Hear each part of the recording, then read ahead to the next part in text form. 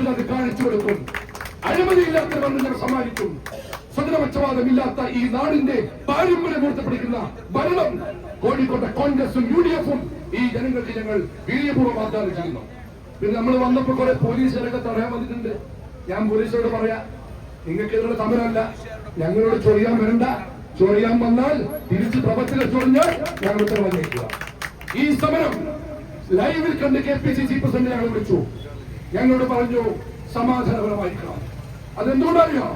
അക്രമം ഉണ്ടാക്കി കലാപം ഉണ്ടാക്കാൻ ഞങ്ങളുടെ പാർട്ടിയുടെ പേര് CPIM അല്ല എന്നതുകൊണ്ടാണ് നിർദ്ദേശം.